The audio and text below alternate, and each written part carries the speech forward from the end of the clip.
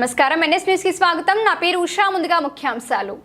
ఈ నెల 27, 28 తేదీల్లో తెలుగుదేశం పార్టీ క్లస్టర్ మహానాడు అంగరంగ వైభవంగా జరగనుందని కొత్తపేట ఎమ్మెల్యే బండారు సత్యానందరావు పేర్కొన్నారు.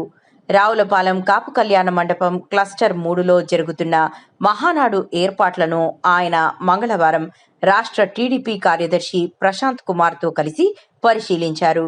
క్లస్టర్ మహానాడుతో స్థానిక నాయకులు, కార్యకర్తలకు ప్రాధాన్యం దక్కుతుందన్నారు. స్త్రీ శక్తి థీమ్తో జరగనున్న ఈ మహానాడులో మహిళలకు అత్యంత ప్రాధాన్యత కల్పించాలన్నారు. క్లస్టర్ మహానాడు జరిగే వేదికలన్నీ పసుపు తోరణాలతో, జెండాలతో కన్నుల పండుగగా ముస్తాబయ్యాయని తెలిపారు. బుధవారం ఉదయం తెదేపా జెండా ఆవిష్కరణతో మహానాడు కార్యక్రమాలు మొదలవుతాయన్నారు.